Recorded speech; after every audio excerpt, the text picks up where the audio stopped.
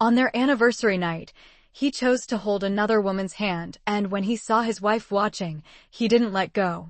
Evelyn Carter stood still near the back of the restaurant, the soft amber light catching the rim of her untouched wine glass, her fingers resting lightly against the cool surface, as if anchoring herself to something steady, something real, while just 20 feet away, her husband Daniel sat in a corner booth that had once been theirs, leaning slightly forward, his posture relaxed, his expression easy, his hand wrapped around another woman's fingers with a familiarity that didn't belong to a first mistake, but to something practiced, something repeated, something decided long before tonight. And Evelyn didn't move, didn't speak, didn't even blink at first, because shock, for her, wasn't loud, it wasn't dramatic. It was quiet, precise, almost clinical, like a realization settling into place piece by piece, detail by detail, until there was no room left for denial, the low hum of conversation around her fading into a distant blur as she focused only on what mattered, the angle of Daniel's shoulders, the way the woman, Sophie Langford, though Evelyn didn't know her name yet, tilted her head slightly when she smiled, the way Daniel's thumb brushed lightly across the back of Sophie's hand as if it had every right to be there, and then, just as Evelyn shifted her weight forward, just as her heel lifted a fraction off the polished wood floor, ready to close the distance between them, a voice beside her, low and steady, interrupted the moment. Don't, and a hand, firm but not forceful, rested lightly against her wrist, stopping her with surprising certainty. Evelyn turned her head slowly, her expression unchanged, her eyes landing on a man in his early 60s seated at the adjacent table, his gaze fixed not on her, but on Daniel and Sophie, his jaw set in a way that suggested this wasn't new to him either. If you walk over there now, he added quietly, you'll only give them a chance to lie better. Evelyn didn't pull away immediately, didn't argue, didn't ask questions. She simply followed his line of sight back to the booth, watching as Daniel leaned closer to Sophie, saying something that made her laugh softly, the kind of laugh that belonged in private, not in a place filled with strangers and candlelight. And that was when Evelyn noticed it, the absence of hesitation, the absence of guilt, the complete ease in Daniel's movements, and then, almost as if pulled by instinct, Daniel turned his head slightly, his eyes scanning the room, and they found her directly. Without confusion, without surprise, just recognition, and for a brief second, everything seemed to pause, the clink of glasses, the muted jazz drifting through the speakers, the quiet conversations at nearby tables, all of it falling away as they held that look. And Daniel didn't flinch, didn't pull his hand back, didn't even straighten in his seat. He simply looked at Evelyn with a calm, measured expression, as if this moment had always been part of the plan. And Evelyn, standing there under the warm glow of the restaurant lights, understood something with absolute clarity. This wasn't an accident. It wasn't a mistake, and whatever was happening at that table had started long before she walked through the door. The man did not remove his hand, and that was the detail Evelyn noticed most, not the woman, not even the way Daniel held her gaze across the room, but the fact that his fingers stayed exactly where they were, resting against Sophie's as if nothing about this moment required adjustment. And beside Evelyn, the older man exhaled slowly, his attention still fixed on the booth. I've been sitting here for 20 minutes, he said quietly.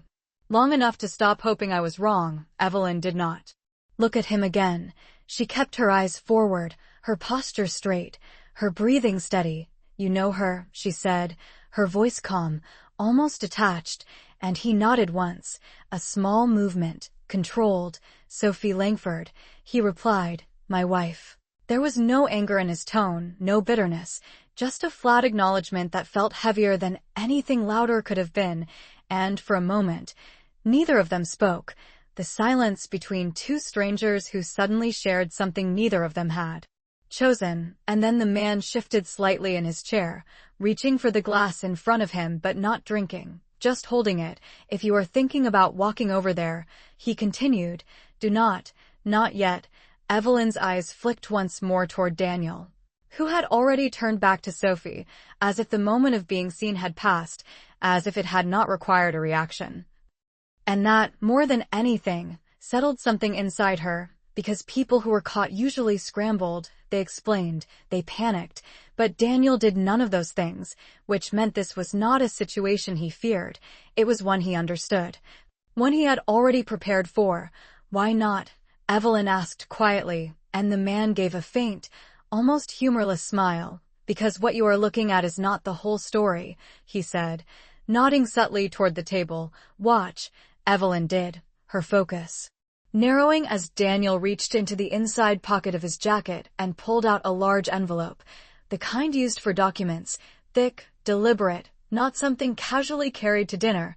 He placed it on the table between them, sliding it toward Sophie with the ease of someone completing a routine exchange. Sophie glanced down, then back up at him, her expression composed, and a second later, she reached into her own bag, retrieving a folder, structured, organized, and handed it across to Daniel, who accepted it without hesitation, tucking it neatly into his jacket as if it belonged there, as if it had been waiting for him. Evelyn felt the shift immediately, subtle but undeniable, the difference between an affair and a transaction, between emotion and intention, and beside her, the man leaned slightly closer, lowering his voice even further.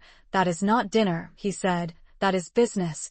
Evelyn did not respond right away, her mind already moving ahead, connecting pieces she had not realized were there until now. The late nights Daniel had explained too quickly, the calls he had taken in another room, the way certain conversations had ended the moment she entered, details that had seemed small, dismissible, now aligning into something far more structured, far more deliberate. How long? She asked, and the man shook his head once. Long enough, he said, and organized enough that this is not about feelings. Evelyn's gaze returned to Daniel, who was now speaking. Again, his expression relaxed, his posture unchanged, and she realized then that whatever this was, it had layers, ones she had not seen until this moment, and the man set his glass down finally, his eyes still on the table ahead. My name is Richard Hayes, he said, as if introductions still mattered in situations like this, and I made the mistake of thinking this was just an affair. He paused, just briefly, before adding, it is not. Evelyn did not look at him. She did not need to, because she was already beginning to understand, not fully, not yet, but enough to know that the night had shifted into something else entirely, something quieter, colder, and far more dangerous than betrayal alone. Richard did not rush his explanation, and that was what made Evelyn listen more carefully, not the words themselves, but the way he chose them, measured, deliberate, as if he had already spent days thinking through what he was about to say, and had decided that precision mattered more than emotion. And Evelyn remained still, her posture unchanged, her attention fixed on Daniel and Sophie, watching the subtle rhythm of their interaction, the way Daniel leaned in slightly when he spoke, the way Sophie nodded once before responding, not like someone being charmed, but like someone confirming details, aligning expectations, and Evelyn felt that same quiet clarity settle deeper inside her chest, replacing the last traces of confusion with something colder, something sharper. What kind of business? She asked without turning her head, and Richard exhaled softly, his gaze still forward.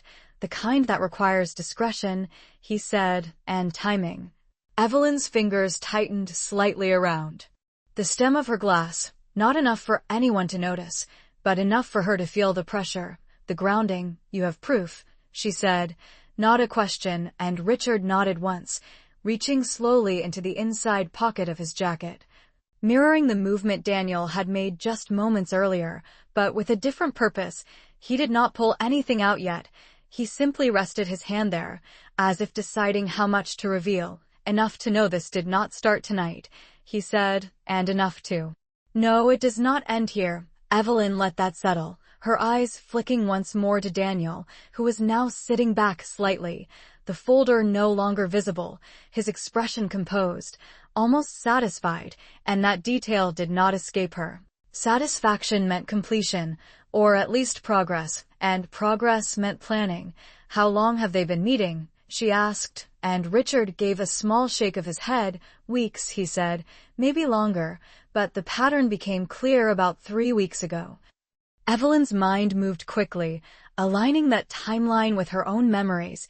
The sudden shift in Daniel's schedule, the unexplained evening meetings, the quiet changes that had seemed insignificant at the time but now formed a consistent line, a sequence, and she did not interrupt as Richard continued. Same places, different nights, always private, always controlled, he said, and always with something exchanged. Evelyn finally turned her head slightly, just enough to look at him directly for the first time, her expression calm, her eyes steady. Documents, she said, and Richard met her gaze for a brief second before nodding. Documents, he confirmed. Financial, legal, I am still putting the pieces together. Evelyn held that look for a moment longer, then returned her attention to the booth, where Daniel had just lifted his glass, taking a slow sip, completely at ease.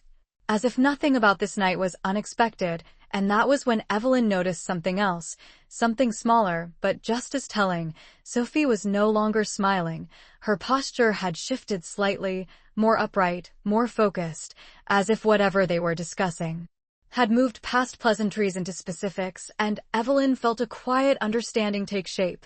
Not complete, not yet, but enough to recognize that this was not about romance. It was about leverage, control, and outcome. He knows I am here, Evelyn said quietly, more to herself than to Richard, and Richard did not respond immediately.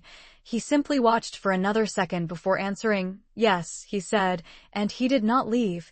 Evelyn nodded once, a small acknowledgement, because that detail mattered. It changed the frame entirely. This was not a secret being hidden.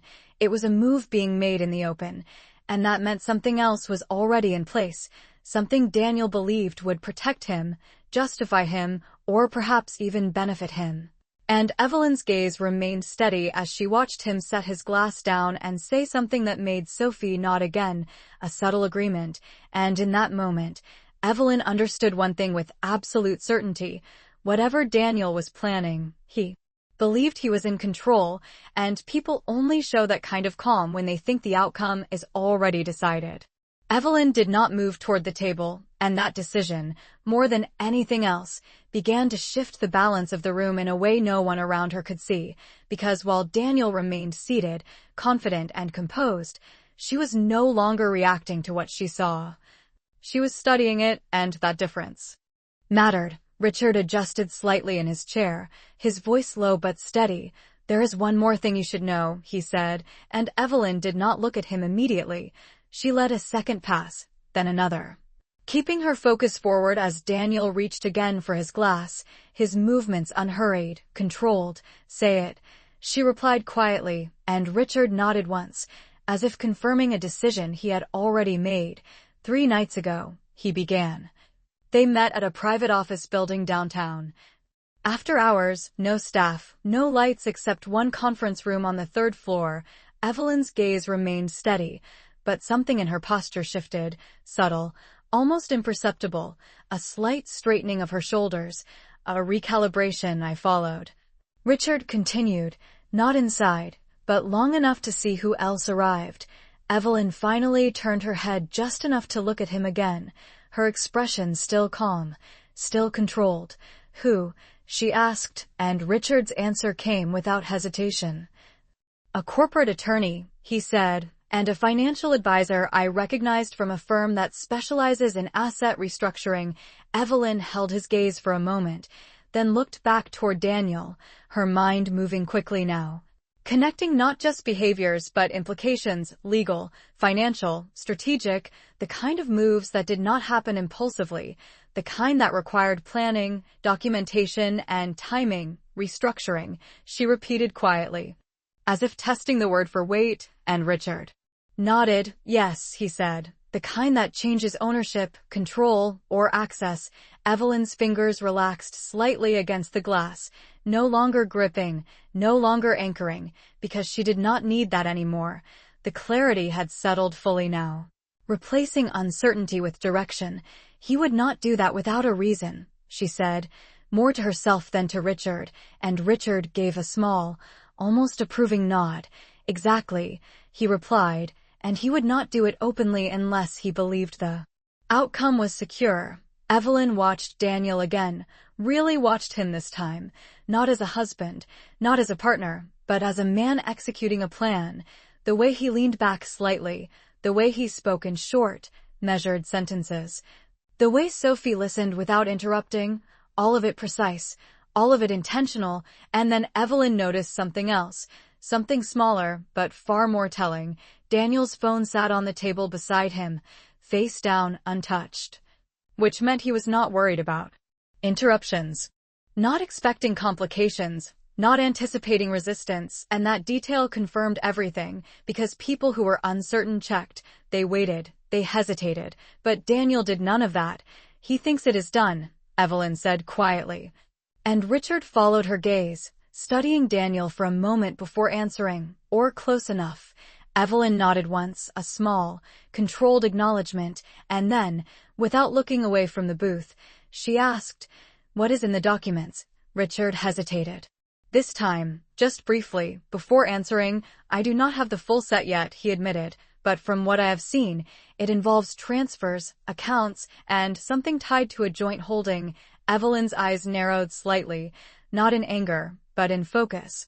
Because that was the first detail that directly involved her, the first indication that whatever Daniel was doing, it intersected with something that belonged to both of them, and that changed everything. "Joint," she repeated, and Richard nodded. "Yes," he said, "which means this is not just about his position." Evelyn let that settle, her mind moving through possibilities, structures, outcomes, each one aligning with a different kind of risk, a different kind of intention, and then she exhaled slowly. A controlled breath, not release, not relief, just preparation, because now the shape of it was clear enough to act on, not emotionally, not impulsively, but precisely. And across the room, Daniel shifted slightly in his seat, his eyes lifting again, scanning the space once more, and this time, when his gaze found Evelyn, it lingered just a fraction longer, as if he was waiting, not for her reaction, but for her next move. Evelyn did not look away this time, and that was the first shift Daniel could actually feel, even from across the room, because before, she had been an observer, still, quiet, almost invisible in the flow of the evening. But now there was something else in the way she held her posture, something deliberate, something that suggested she was no longer absorbing the moment, but deciding what to do with it, and Daniel noticed, not in a dramatic way, not with a visible reaction, but with a slight pause in his movement, the smallest delay before he lifted his glass again, and that pause was enough, because Evelyn saw it, registered it, understood it, and then let it pass as if it meant nothing, which was exactly what gave her control. Beside her, Richard remained still, watching the same details, reading the same shifts. "He is calculating," he said quietly, not reacting. Evelyn gave a faint nod, her gaze steady. "Yes," she replied. "Which means he already thinks he knows what I will do." Richard glanced at her then, briefly, as if reassessing something. "And does he?" he asked, and Evelyn did not answer right away, because the truth was simple and useful at the same time. Daniel did know what she would have done, what most people would have done: walk over, confront, demand an explanation, create a scene that would fracture the room and give him space to redirect, to minimize, to shift blame. But Evelyn had already stepped out of that script. And that was the first mistake Daniel had made, assuming she would follow it. Across the room, Sophie adjusted her posture again, leaning slightly forward as she spoke, her tone low but firm, and Daniel listened without interrupting, his attention fixed, his expression unchanged, and Evelyn noticed how synchronized they were, not emotionally, but strategically, like two people aligning on a shared objective, and that detail mattered more than anything else she had seen so far, because it confirmed that whatever this was, it had been discussed, refined, agreed upon. "They are closing something," Evelyn said quietly, and Richard nodded. "Yes," he replied, "and they chose tonight for a reason." Evelyn let that settle, her mind moving through the implications. Timing was never random in situations like this, especially not on a night that was supposed to be symbolic, personal, predictable, which meant Daniel had selected it deliberately, not just for convenience, but for effect. "He wanted me to see it," she said, not as a question, but as a realization, and Richard's expression tightened slightly. "That is one possibility," he said carefully, "or he believed you would not understand what you were seeing." Evelyn's lips pressed together. For a brief moment, not in anger, but in acknowledgement, because that second possibility fit Daniel just as well, perhaps even better. He had always underestimated what she noticed, what she understood, what she chose not to say, and that pattern, repeated over time, had likely given him a false sense of security. Across the room, Daniel set his glass down again, his fingers resting lightly against the table, and for a brief second, he glanced at his phone, not picking it up, just checking its presence, confirming it was there, and then he looked back at Sophie, continuing the conversation without interruption, and Evelyn recognized that behavior instantly. It was not concern. It was confirmation, a silent checklist, one more detail accounted for, one more piece in place. "He thinks everything is aligned," Evelyn said, her voice steady, and Richard followed her gaze once more. "Then the question is," he replied, "what is he aligning it for?" Evelyn did not answer, because she was already beginning to see it.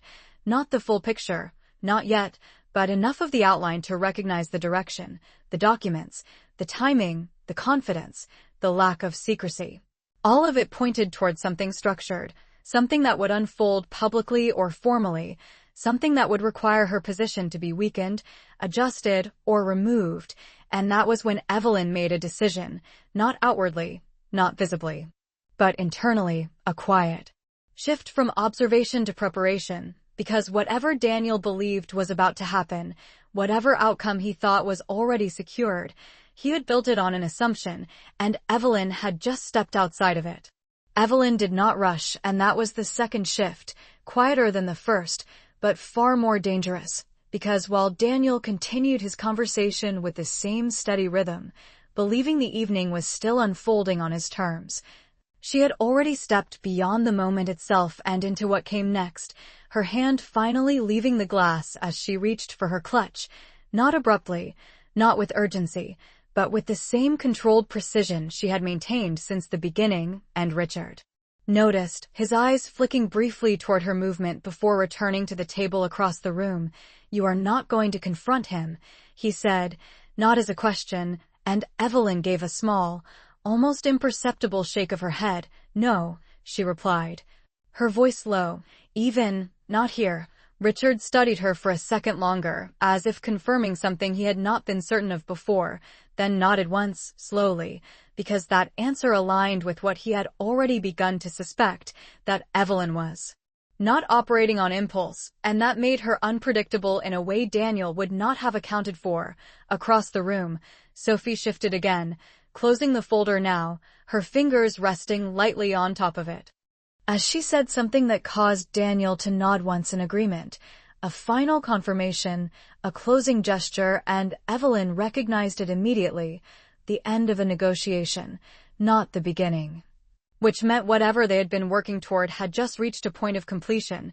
"They are done," Evelyn said quietly, and Richard followed her gaze, watching as Daniel reached for the check presenter the waiter had just placed on the edge of the table. "Yes," he replied, "for tonight." Evelyn's eyes narrowed slightly, not in suspicion, but in calculation, because endings like this were rarely isolated, they were transitions, checkpoints in a longer sequence, and if this meeting had concluded, then something else was already scheduled to follow.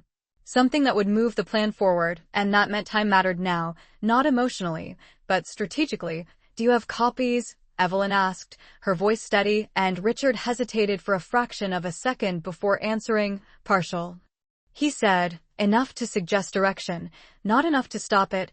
Evelyn nodded once, absorbing that without reaction, because she was no longer thinking in terms of stopping anything immediately. She was thinking in terms of understanding the full structure before making a move, and that required patience, precision, and information, all things she already knew how to handle. Across the room, Daniel stood, smoothing the front of his jacket with a quick, practiced motion, his posture confident. Composed, as if the evening had gone exactly as expected, Sophie rose with him, her movements equally controlled, and for a brief second, their hands brushed again, not lingering this time, just a final point of contact before they separated slightly, maintaining the appearance of distance as they prepared to leave, and that detail did not escape Evelyn either, the shift from closeness to formality, the awareness of being seen, but only at the surface level, because underneath, nothing had changed. "He is about to leave," Richard said quietly, and Evelyn gave a faint nod, her gaze fixed on Daniel as he reached for his phone at last, checking it briefly before sliding it into his pocket. One more confirmation, one more box checked, and then, as if guided by something internal rather than external, Evelyn took a single step back, not away from the situation, but out of his immediate line of approach, repositioning herself without drawing attention, without signaling intent, and in that moment, she made another decision, just as quiet as the first, just as final. She would not follow him, she would not stop him, and she would not reveal what she knew, not yet, because whatever Daniel believed he had secured tonight, whatever outcome he thought was already in motion, it depended on one thing remaining true, that Evelyn Carter was still exactly who he thought she was, and as she stood there, watching him prepare to walk out of the restaurant without a trace of hesitation, she understood with complete clarity that this was the one assumption she would let him keep, at least for now. Daniel did not look back as he stepped away from the table, and that detail confirmed everything Evelyn needed to know, because a man who expects consequences hesitates. He glances over his shoulder. He measures the room before making his exit. But Daniel moved forward with quiet certainty, his pace even, his posture relaxed, as if the night had already delivered exactly what he came for, and Sophie followed a step behind, maintaining just enough distance to suggest separation to anyone casually observing, but not enough to break the invisible alignment between them, and Evelyn watched without moving, her expression unchanged, her attention fixed not on where they were going, but on how they were leaving, because exits reveal more than entrances. They show what someone believes they are walking away from, and what they think they have already secured. Beside her, Richard shifted slightly, his gaze tracking the same movement. "He is not worried," he said quietly, and Evelyn gave a small nod. "No," she replied, "he is finished here," and that distinction mattered, because Daniel was not escaping. He was transitioning, moving from one phase to the next. And Evelyn understood now that whatever had just been completed at that table was only part of something larger, something that would not fully reveal itself until later, until the moment it was meant to take effect, and that meant she had time. Not unlimited, but enough, if she used it correctly. "Where will he go next?" Evelyn asked, her voice steady, and Richard exhaled softly, his eyes narrowing slightly as he considered the question. "If the pattern holds," he said, "home, or somewhere predictable, something that maintains the appearance of normal."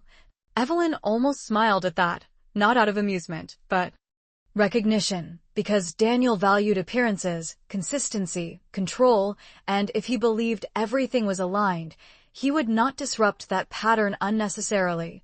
Across the room, Daniel reached the front of the restaurant, pausing briefly near the host stand as he exchanged a few quiet words with Sophie, their conversation short, efficient, and then they separated, Sophie turning toward the exit first, Daniel lingering just a second longer before following, and that final delay, that slight adjustment in timing, told Evelyn something else. They were careful, but only at the surface level, careful about how they appeared, not about what they were actually doing, and that difference created openings.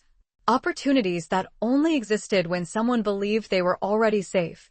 "You said you have partial records," Evelyn said, turning her head slightly toward Richard without breaking her composure, and he nodded, reaching this time into his jacket and pulling out a slim envelope, smaller than the one Daniel had used, but structured, organized, deliberate copies, he said, placing it carefully on the table between them, not sliding it toward her yet, as if acknowledging that this moment required clarity, not urgency. Evelyn looked at it briefly, then back at the entrance where Daniel had just disappeared from view, and she did not reach for it immediately, because timing mattered here as well, not just in what she did, but in when she chose to do it. "Why are you giving this to me?" she asked, and Richard's expression remained steady, his answer simple, direct. "Because whatever they are planning involves you," he said, "and I do not intend to be the only one in the dark." Evelyn considered that for a moment, weighing not just his words, but his position, his risk, his intent, and then she nodded once, a small, controlled acknowledgement, before finally reaching forward and picking up the envelope, her fingers closing around it with quiet certainty, not hesitation, not doubt, and as she held it, feeling the weight of what it might contain, she understood something else, something just as important as everything she had already seen tonight. Daniel believed the outcome was already decided. He believed the structure was secure, and he believed Evelyn would either not notice or not understand until it was too late, and as she stood there, the envelope resting lightly in her hand, the noise of the restaurant returning slowly around her, she made one final, silent adjustment. She would let him keep believing that, just long enough for him to show her exactly how far he intended to go. The envelope felt lighter than Evelyn expected, and that alone told her something important, because documents that change lives are rarely heavy in the hand. They are precise, selective, designed to reveal just enough while hiding the rest. And she did not open it immediately, not at the table, not under the warm light of a restaurant that still carried the illusion of normal conversation and quiet celebration. Instead, she slipped it into her clutch with the same controlled movement she had used all evening, her expression unchanged, her posture steady, as if nothing of consequence had occurred, and Richard watched that decision carefully, noting not just what she did, but what she chose not to do. "You are going to read it later," he said. And Evelyn nodded once. "Yes," she replied, her voice even. "When I can see everything clearly." Richard gave a faint nod, a quiet acknowledgement of the strategy, because rushing would only benefit the people who had already planned ahead, and Evelyn had no intention of stepping into a structure she did not fully understand. The restaurant noise returned gradually, glasses clinking, low laughter, the hum of conversations that had never stopped, and yet for Evelyn, the room had already shifted into something else entirely, a space that had revealed more than it was meant to, and now offered nothing further of value. She reached for her coat, lifting it from the back of the chair with a smooth motion, unhurried, unremarkable, and slipped it on, her movements deliberate, controlled, as if she were simply ending an ordinary evening.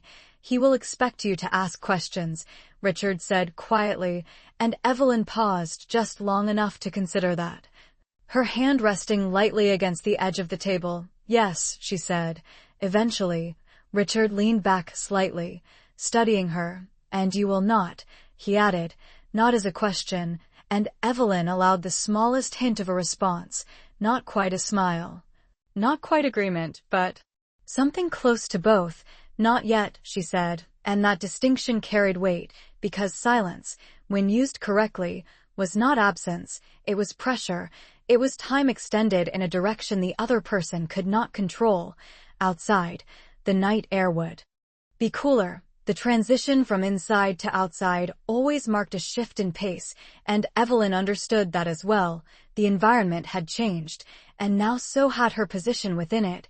She stepped away from the table, her heels soft against the floor, her path direct but unhurried as she moved toward the exit Daniel had used just minutes earlier, and with each step, her thoughts aligned further, not scattered, not reactive, but structured, forming a sequence, a plan that would depend on timing, information, and patience. She reached the front of the restaurant, the door opening briefly as another couple entered, a rush of cool air brushing against her face, grounding, steadying, and she stepped outside without hesitation. The city lights reflecting off the pavement, cars moving steadily along the street, everything continuing as if nothing had changed, and that was the most useful part of all, because from the outside, nothing had. Daniel would go home, or somewhere predictable. He would maintain his routine, his confidence, his belief that everything was proceeding exactly as he intended, and Evelyn would allow that. She would return to the same spaces, the same conversations, the same patterns, but with one critical difference. She now knew where to look, what to listen for, and what to question, and as she stood there for a brief moment before walking toward her car, the envelope resting quietly in her clutch, she understood something with complete certainty. Whatever Daniel had set in motion, whatever structure he believed was already secured, depended entirely on one assumption remaining intact, that Evelyn Carter was still unaware, still unprepared, still reacting instead of planning. And as she opened her car door and settled into the driver's seat, the quiet hum of the engine starting beneath her, she allowed herself one final thought before pulling away from the curb. He had chosen the timing carefully, but so had she. And now the difference between them was no longer what had happened tonight, it was what would happen next. The drive home was quiet, and Evelyn did not turn on the radio, did not check her phone, did not rush through the familiar streets that led back to the house she had shared with Daniel for over 20 years, because speed was not useful now, clarity was.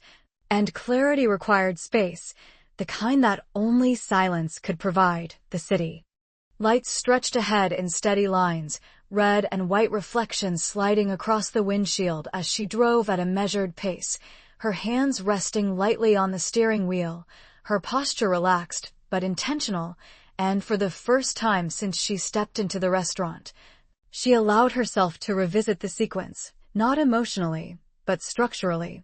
The text message, the table, the hand, the eye contact, the envelope, the folder, the timing, each piece placed exactly where it belonged. Each detail confirming the same conclusion. This had been planned, not just the meeting, but the moment she would see it, and that meant Daniel had already moved beyond secrecy into execution, and that was where he had made his mistake. Because execution created exposure, and exposure created trace.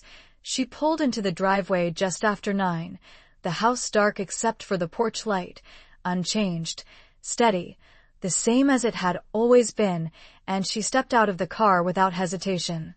The cool night air settling around her as she walked to the front door, unlocked it, and entered, the familiar scent of the house greeting her, quiet, controlled, predictable. She set her keys down on the entry table, placed her clutch beside them, and paused for a moment, not out of uncertainty, but to mark the shift.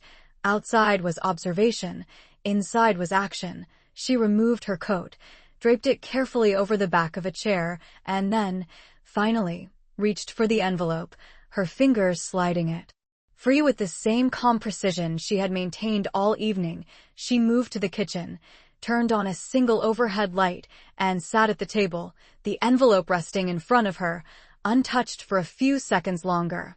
Because opening it was not the beginning of understanding, it was the confirmation of what she already knew. She broke the seal cleanly, without hesitation, and slid the contents out onto the table. Several pages, neatly organized, structured. Deliberate. She scanned the first page quickly, not reading every word, but identifying the framework, account numbers, entity names, transfer authorizations, and then she slowed, focusing on the details that mattered: joint holdings, shared access points, reallocation structures. And there it was, exactly where she expected it to be, her name, not removed, not erased, but repositioned, reduced in control, limited in access, a quiet restructuring that would not trigger immediate alarm, but would shift authority over time.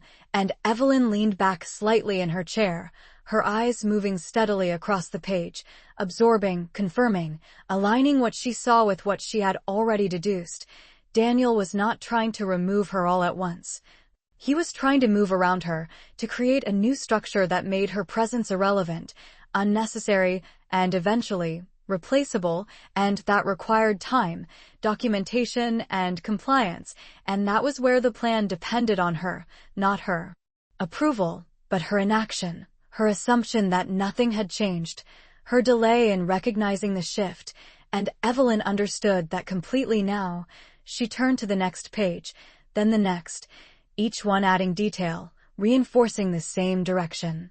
The involvement of an external advisor, the timing of transfers, the layering of accounts, all of it precise, all of it legal, all of it designed to appear routine, and that was the real intention, not to hide, but to normalize, to make the change. Invisible until it was complete, she placed the pages back down carefully, aligning them exactly as they had been, her expression unchanged, her breathing steady, and for a moment, she simply sat there, not reacting, not rushing, just thinking. Because this was the point where most people would confront, would demand explanation, would expose the plan before it was finished. But Evelyn did not move in that direction. She did not pick up her phone. She did not call Daniel. She did not even look toward the door. Instead, she reached for a pen, pulled a blank sheet of paper toward her, and began to write, not notes of anger, not questions, but names, accounts, timelines, connections, building her own structure beside his, mapping what she knew against what he had assumed she would never see. And as the minutes passed, the house remained quiet, the clock ticking softly on the wall, the only sound in the room, and Evelyn continued, steady, precise, until the outline in front of her was clear, not complete, but enough to act when the time came, enough to respond without warning, enough to shift the outcome in a way Daniel would not anticipate. And when she finally set the pen down, she looked once more at the documents, not with surprise, not with hurt, but with recognition, because the plan he had built was real, structured, and already in motion, but it was also incomplete, dependent, and exposed in ways he had not accounted for. And that was the difference that mattered, because Daniel believed he was ahead. He believed he had already moved the pieces into place. But as Evelyn sat there in the quiet of the kitchen, the documents resting neatly in front of her, she understood something he did not. The moment he had chosen to act was the same moment he had made himself visible, and visibility, once it existed, could not be undone.